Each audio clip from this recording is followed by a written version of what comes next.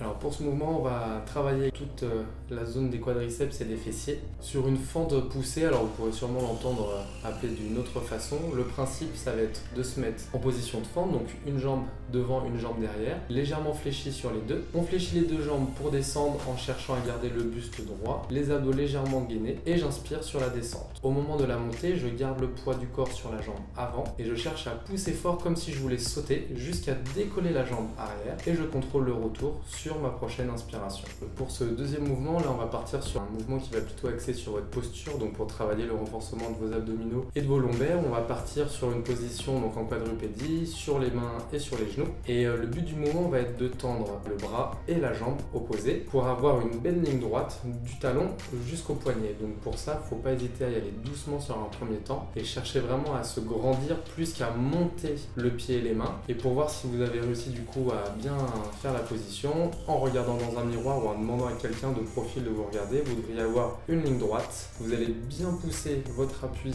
au niveau du bras et chercher à rester le plus grandi possible tout au long du mouvement. Alors pour ce mouvement-ci, on va partir donc sur une montée de bassin.